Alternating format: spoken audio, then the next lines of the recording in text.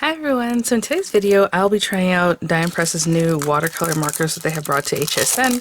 I did a sort of unboxing of these in a mega essentials kind of video, so if you want to refer back to that for a little bit more info, but I was really going to do a deep dive into them in this video. So we are going to get these guys going. They were sent free of charge for my review, and of course all opinions are my own, and any links I have in the description box will be affiliate links, which means I'll make a small commission if you're purchased IMC those links. So these do come in two colorways. The same link I'll have either in the description box, possibly in that little shopping bag there, will have both colorways, so you can pick the one or take both or whatever it is you plan on doing. We have, let's say, rainbow, because of course your rainbow. It does come with black and brown in that one. And it has purple, blue, green, yellow, orange, red, and I just went backwards because I already talked about these colors. And then we have sunset, which is really gorgeous. Bubblegum, rust, mango, peacock, cobalt, grape, cinnamon, and midnight. So where this does also have a black and like a brown, this one's called cinnamon. It's probably a little bit lighter. And we'll see about the black and brown. This one might be just a little gray. I don't know if you can see that. It has like a little gray tone to it, okay? I did try it out, like I said in that initial video, so that's what you see here. But in today's video, we'll just try it out a little bit more. I'm going to swatch all the colors, and that's it. You know, so here it does have some tips and tricks. Of course, you're going to get it going, so we're going to get them all going so I can swatch them for you. You know, to create washes or gradients, lay down a few strokes of desired colors on your paper, then blend together using a clean wet brush. To create a wash, apply a generous amount of water to the paper using a wet brush. So that's kind of like wet on wet, but that's really just saturating the whole paper with your color after you put water down. You can do wet like on dry, just like kind of coloring with it. Lots of different ways to use these guys. And so anyway, they're telling you different things to blend colors directly from the marker onto the paper. Apply one color, then touch the tip of another color to the wet area and let the colors flow and mix naturally. So lots of fun tips there. What I'm going to do is show you how to open them, how to get them going. I did that in the other video too, but let's just, they're all going to have this black ring, okay? So you're basically, that's why it's not popped in, that's why it's not ready to go, because that black ring is stopping this pen top from bursting that little area there. So it's like a little pokey piece in the middle there that pokes down in there. So you're going to remove that and just screw this back on. You heard that little tick, that's how it poked through. And then these aren't like shimmer kinds of things, so the color should just start flowing and you don't have to like give it a shake or anything to get anything flowing. But I can see that the color's already coming in here, but you're going to give it a squeeze, squeeze, squeeze, and hopefully you can kind of see what's going on here. It's just like filling up with color, and there it's all the way up here, and then it gets to the tip. Of course the tip is not wet, it's dry right now, and you know, you can keep squeezing it or however much you want, but I think that's probably enough. And so what I'm going to do is swatch them. So I have a piece of watercolor paper here for you guys to check out. I think there are, let's see, 2, 4, 6, 8. We'll go this way. So if this is, again, a little bit more, get it all on the tip there. Let me get a paper towel. It's a little bubble. It just popped. Okay. So what I was trying to do is, this is dry, obviously the paper's dry. I wanted to put a little color down for you guys like that. And that's really nice and opaque for a watercolor. And then I'm going to take a water brush and kind of draw some color out so that you can kind of see what that might look like if it's drawn out like this, right? So just a little bit. Actually, because I have plenty of room to do that, but I'm going to try to drag it out to like here. That way I have a side for the sunset. So let me write some little notes here. So this is rainbow. No, yes, rainbow. Sorry. And sunset. And so I'm going to open them all up. Yeah, that was black. Here's the brown again. Take that off. Take off the sky. Bust through there. And give it a squeeze, squeeze, squeeze till it starts going. This time I'm doing it a little faster for y'all. Just, there you go. And then just let it kind of saturate the tip there. And get some color down. I'm going to try to do this in a nice way so it's looks even, but I don't know if we'll get there. And then I'll just kind of drag some of this out. I'm not even really squeezing this, it's just the water that's at the tip of the thing to there. Okay, so I'm going to go through and do that with all of them. I will say when I store these guys, these kinds of things, I will keep them upright.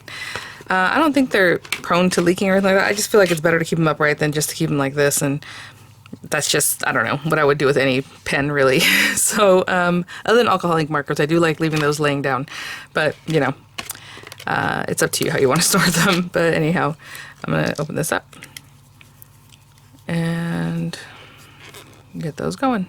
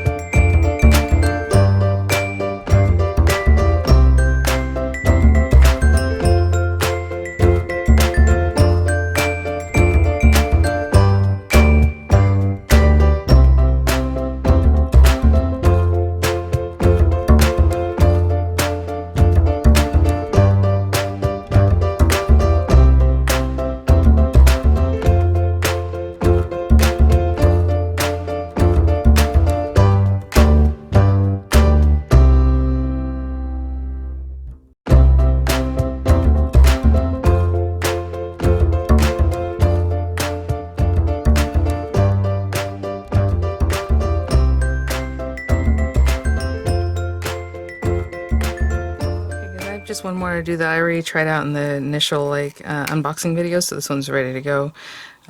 Just put down some of that color there. I will say when I went to do the red one, I just started putting it across. I'm like, oh, I meant to use the water brush to bring it across. So that one looks more red than it should, right, towards the end there. But there you are. So these are the colors. So rainbow and sunset. You can hopefully see that sunset again has like that bluish kind of gray to it.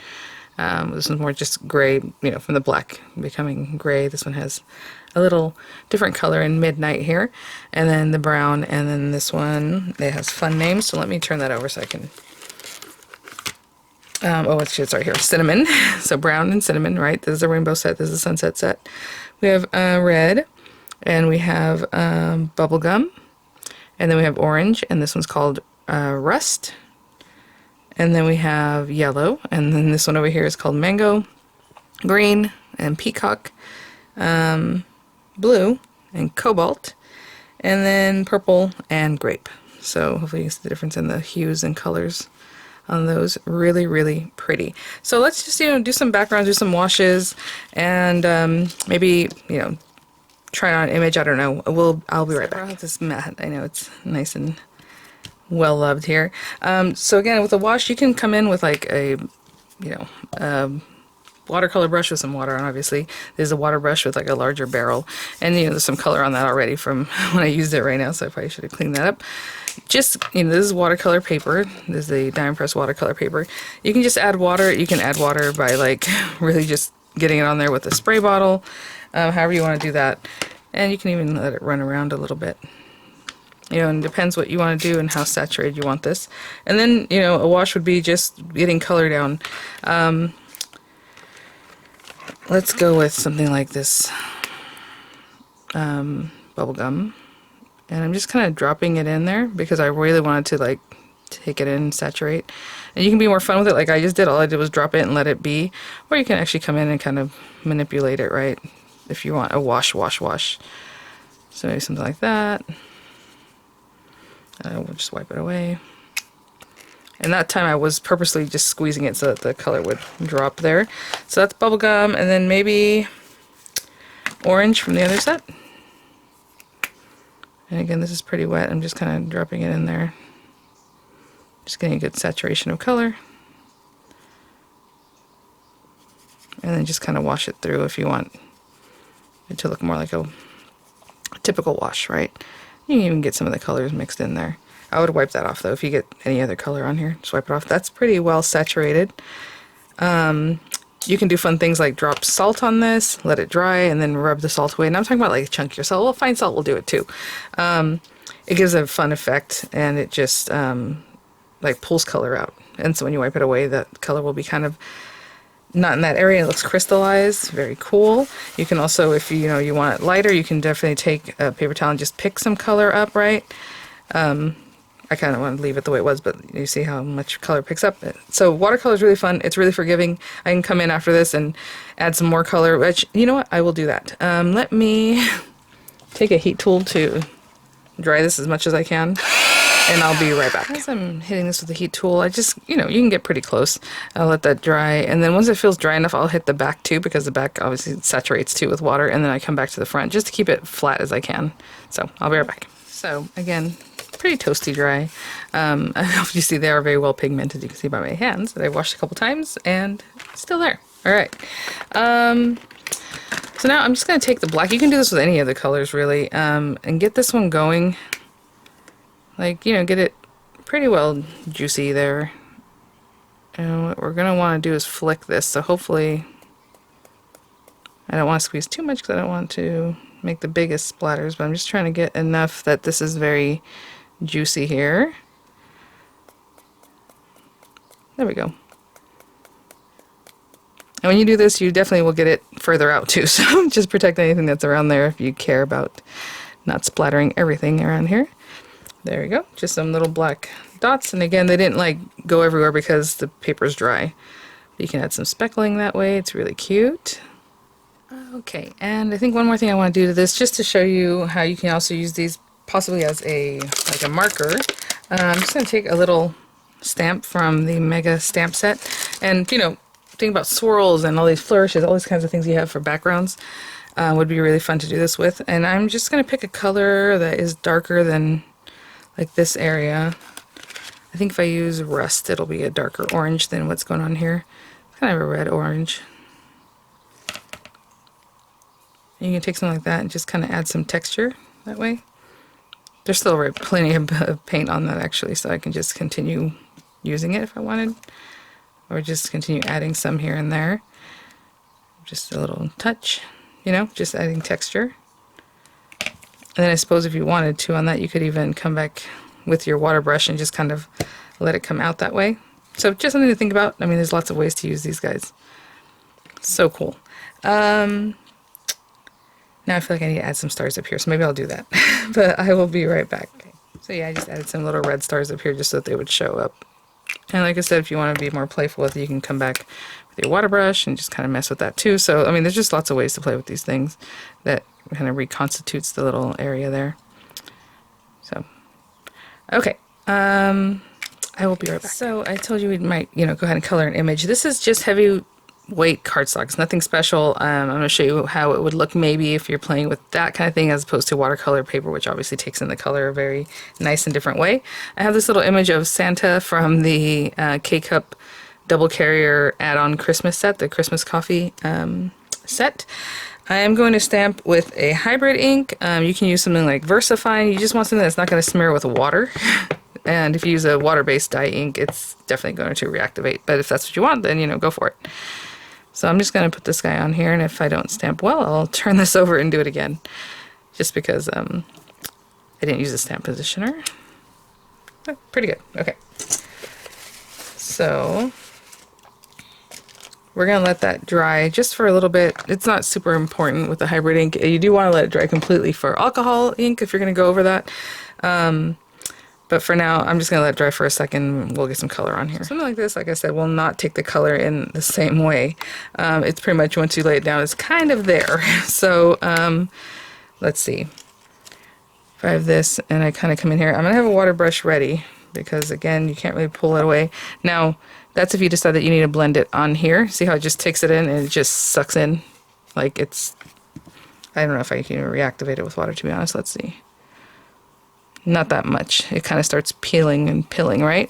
So the other thing you can do is just put your color down and use the water brush so you can get a variation of color.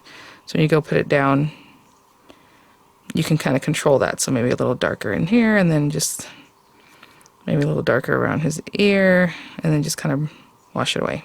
Okay, so just kind of wanted to show you what that looks like. I'm going to put a little bit more color there, even though I can see it's really saturated. Is that the only red thing? Maybe we can make this red.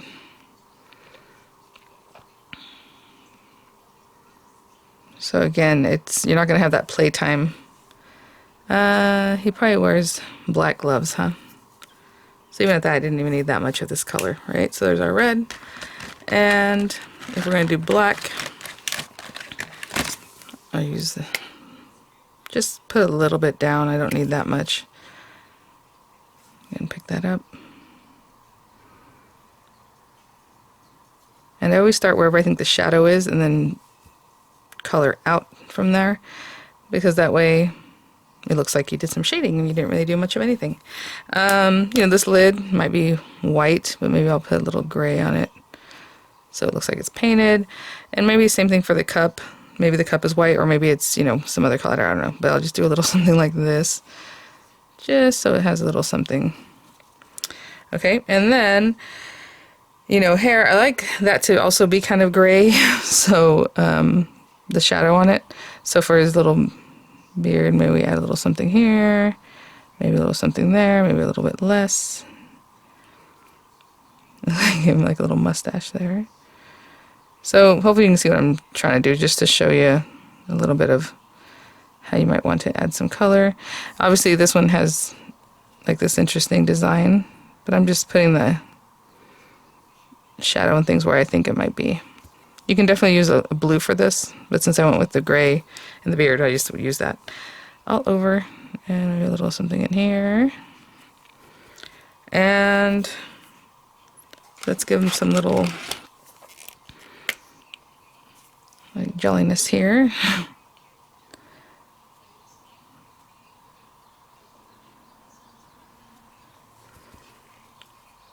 And I use the bubble gum for that.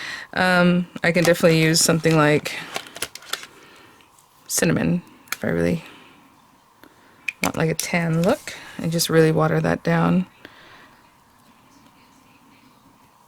And come on in, maybe do his little ears. Oh, I might be reconstituting with some color that's already on my mat. And that's okay. Again, I was trying to make his little nose look frostbit, and maybe the little cheeks can also be kind of pink. Where's my pink? It was down here, wasn't it? Was this it? This is what I used for pink? Anyhow. Okay, just something like that. But again, this is not watercolor paper, so just keep that in mind. It just takes the color in a little bit differently. Alright guys, I think that's it for today. I just want to show you a few ways, you know, to maybe use these guys. Of course, you can just color, I mean, literally everything. It's so nice. And again, using an ink that is not water soluble, because you don't want it to reactivate as you're working with it. So a hybrid ink, or like a VersaFine, like I guess those are pigment inks. Some are a little more oily, you know, it just depends. But anyway, thanks for watching, guys. Keep an eye out. I'll continue using these, of course, in different videos here and there as I need to do some coloring like this. And I will see you all, well, I'll have the images coming up, and I'll have the links in the description box, and I'll see you all at the next one. Bye now.